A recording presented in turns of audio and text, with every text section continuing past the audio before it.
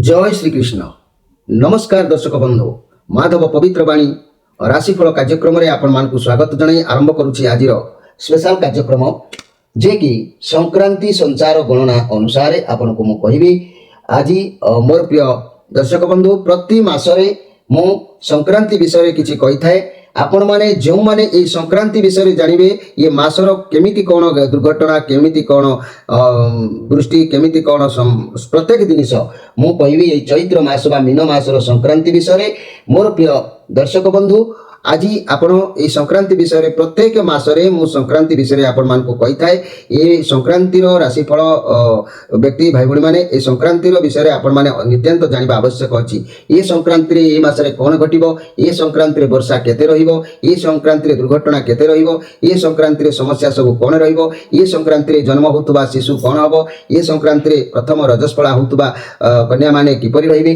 प्रत्येक विषय ए जो संक्रांति रे रवि सुदी गुरु सुदी केउ राशि मानकर अछि, विद्या केउ तारिखर अध्ययन करबा आवश्यक अछि, वाणिज्य केउ समय करबा आवश्यक अछि प्रत्येक विषय मु आपण मानकु सुंदर सूचना मु निश्चित भाव प्रदान करिवि। मोर प्रिय जहा कि समग्र ओडिशावासी भाई भणी माने प्रति मासर ए संक्रांति राशिफल कार्यक्रम को देखंतु। ए कार्यक्रम रे मु आपण मानकर मनर किछि द्वंद्व को दूर करबा को चाहूची, किछि घटना सूत्र आपण मानक ठारू जहा कि माने क्लियर करबा को चाहूची। आपण जानिबा दरकार ए मासर कोन घटना कोन दुर्घटना तेबे समय नष्ट न करी मोर प्रिय जहा कि समग्र भाई भणी माने अनुध्यान करंतु।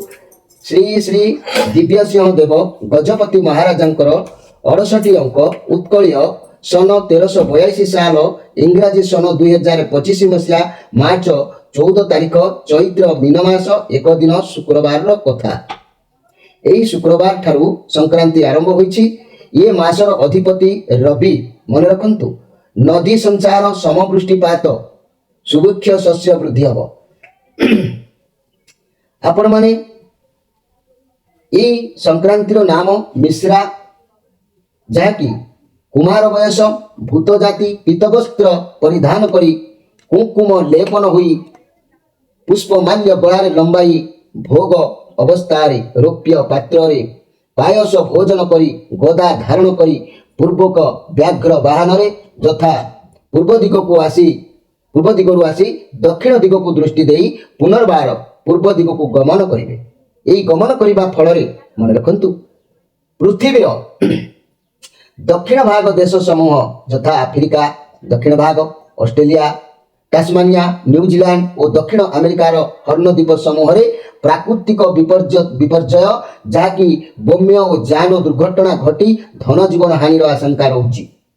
दक्षिण भारतर जथा त्रिचूर एर्नाकुलम किलोन डिरुन्नलभिल एवं रामनाथपुरम मुदुराई धर्मपुरम उत्तर दक्षिण आर्कट चेंगलपुट धर्मपुरी बांगालोर कोलार चित्तर आदि अंचल अग्नि भय विस्फोरण घूर्णिबात्या और सन्त्रासवादी कार्यमान वृद्धि पाइब।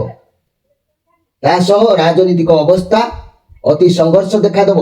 ए मासरे दक्षिण भारतर के नेतृस्थानीय व्यक्ति आकस्मिक निधनर सूचना मिलिब।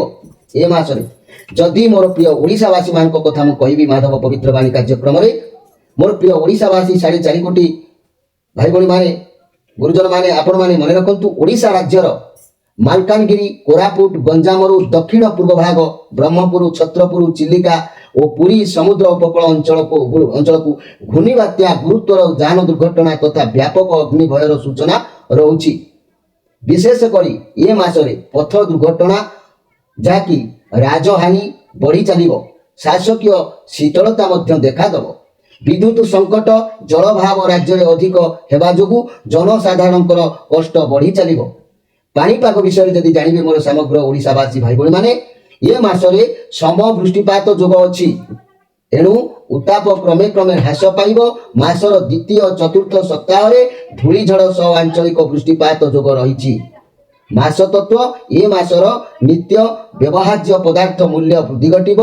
सोनादि धातुर मूल्य वृद्धि घटिब। कृषिजात पदार्थर मूल्य स्थिर रहिब। तैल बीज जात द्रव्य आमदानी ह्रास पाइब। सामान्य मूल्य वृद्धि पाइब। ପଶୁ ରୋଗ ଚକ୍ଷୁ ରୋଗ ବ୍ୟାପକ ହେବ ଏ ମାସରେ ଷଡ଼ ଗ୍ରହକୂଟ ପଞ୍ଚ ଗ୍ରହକୂଟ ହେତୁ ବରିଷ୍ଠ ରାଜନୈତିକ ବ୍ୟକ୍ତିଙ୍କର ଆକସ୍ମିକ ମୃତ୍ୟୁ ହେବ। ମନେ ରଖନ୍ତୁ ଓଡ଼ିଶାବାସୀ ଭାଇ ଭଉଣୀମାନେ, ଏ ମାଧବ ପବିତ୍ର ବାଣୀ କାର୍ଯ୍ୟକ୍ରମର କଥା। ରାଜନୈତିକ ଅସ୍ଥିରତା ଓ ପଟ ପରିବର୍ତ୍ତନର ସମ୍ଭାବନା ରହୁଛି।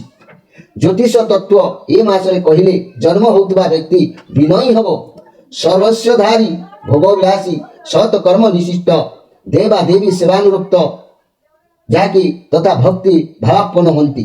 ଏ ମାସରେ କନ୍ୟା ଯଦି ପ୍ରଥମ ଆପଣଙ୍କର ରଜବତୀ ହେଉଛନ୍ତି, ପଦ୍ମିନୀ ହୁଏ। ଏ ମାସରେ ଯେଉଁ କନ୍ୟା ରଜବତୀ ହେଲା ସେ ପଦ୍ମିନୀ ବୋଲି ଜାଣନ୍ତୁ। ଏ ମାସରେ ନୂତନ ଗୃହ ଆରମ୍ଭ କଲେ ଆକସ୍ମିକ ଭୟ ସୃଷ୍ଟି ହୋଇଥାଏ।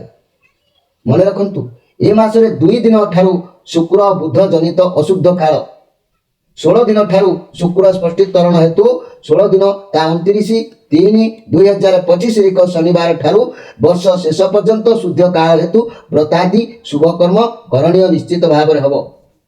ତେବେ ମନେ ରଖନ୍ତୁ ମୋର ପ୍ରିୟ ସମଗ୍ର ଓଡ଼ିଶାବାସୀ ଭାଇ ଭଉଣୀମାନେ, ଏ ମାସରେ ଯେଉଁମାନଙ୍କର ବିବାହ ହେବାକୁ ଆପଣମାନେ ଅପେକ୍ଷା କରିଛନ୍ତି, ଏ ମାସରେ ତ ବିବାହ ନାହିଁ, ଆଗାମୀ ମାସରେ ବୈଶାଖ ଜ୍ୟେଷ୍ଠ ଆଷାଢ଼ ଏସବୁ ମାସରେ ଯେଉଁମାନେ ବିବାହ କରିବେ, ରବିଶୁଦ୍ଧି ଗୁରୁଶୁଦ୍ଧି କହିବାକୁ ଗଲେ ବୃଷ ମିଥୁନ ତୁଳା ମକର ରାଶି ଏବଂ ମାସର 9 ଦିନ ପରଠାରୁ କର୍କଟ ବିଛା କୁମ୍ଭ ରାଶିର ରବିଶୁଦ୍ଧି। ଗୁରୁଶୁଦ୍ଧି କହିଲେ ମେଷ କର୍କଟ କନ୍ୟା ବିଛା ମକର ରାଶି ମାନଙ୍କର ଗୁରୁଶୁଦ୍ଧି। ତେଣୁ ରବିଶୁଦ୍ଧି ଗୁରୁଶୁଦ୍ଧି ଯେଉଁ ଝିଅ ପୁଅଙ୍କର ହେବ ସେଇମାନଙ୍କର ବିବାହ ନିଶ୍ଚିତ ଭାବରେ ହୋଇଯିବ। ଯେଉଁମାନଙ୍କର ରବିଶୁଦ୍ଧି ହୋଇଥିବ ଗୁରୁଶୁଦ୍ଧି ହୋଇନଥିବ କିମ୍ବା ରବିଶୁଦ୍ଧି ଗୁରୁଶୁଦ୍ଧି ହୋଇନଥିବ, ଏସବୁ ହେଲେ ବିବାହ ଯେଉଁ ବାଟେ ହେଲେ ଭଗ୍ନ ହୋଇଥାଏ।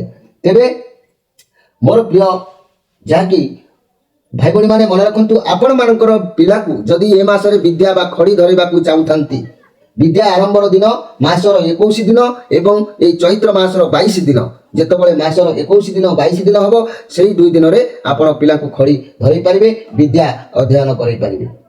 ଆଉ ଯଦି ବିକ୍ରୟ ବାଣିଜ୍ୟ କାରବାର କଥା କିଛି ନୂତନ ଭାବରେ କରିବାକୁ ଚାହୁଁଛନ୍ତି, ମାସରେ 6 ଦିନ 18 ଦିନ 27 ଦିନ ଏହି ଦିନମାନଙ୍କରେ ଆପଣ ନୂତନ ବାଣିଜ୍ୟ ବ୍ୟବସାୟ ଆରମ୍ଭ କରିପାରିବେ। ତେବେ ମୋର ପ୍ରିୟ ଦର୍ଶକ ବନ୍ଧୁ, ଆପଣଙ୍କ ପାଇଁ ଏଇ ଯେଉଁ କାର୍ଯ୍ୟକ୍ରମ ଥିଲା ଯେ କି ଚୈତ୍ର ମାସ ବା ମୀନ ମାସର ଷଡ଼ଶିତି ସଂକ୍ରାନ୍ତି ସଞ୍ଚାର ଗଣନା ପାଇଁ ମୁଁ ଆଜି ଆପଣମାନଙ୍କୁ এই ସଂକ୍ରାନ୍ତି ବିଷୟରେ ଯାହା କହିଲି, ବର୍ଷା ଠାରୁ ଆରମ୍ଭ କରି ଘଟଣା ଦୁର୍ଘଟଣା, ପିଲା ରଜବତୀ ଠାରୁ ଜନ୍ମ ପର୍ଯ୍ୟନ୍ତ ପ୍ରତ୍ୟେକ ବିଷୟରେ ଯାହା କହିଛି ଆପଣମାନେ ଅନୁଧ୍ୟାନ କରିବେ। ଯଦି ଆପଣ ପ୍ରମାଣ ପାଉଛନ୍ତି ନିଶ୍ଚିତ ଭାବରେ ପ୍ରତି ମାସରେ ଚେଷ୍ଟା କରିବେ ଆମର ଏହି ରାଶିଫଳ କାର୍ଯ୍ୟକ୍ରମରେ ଯେ କି ସଂକ୍ରାନ୍ତି ବିଷୟରେ ଜାଣିବା ନିତାନ୍ତ ଆବଶ୍ୟକ ଅଛି। ପ୍ରିୟ ଦର୍ଶକ ବନ୍ଧୁ, ସମୟ ଯେହେତୁ ଅତିବାହିତ ହୋଇଛି, ଆପଣମାନଙ୍କ ଠାରୁ ବିଦାୟ ନେଇ ରହୁଛି। ନମସ୍କାର।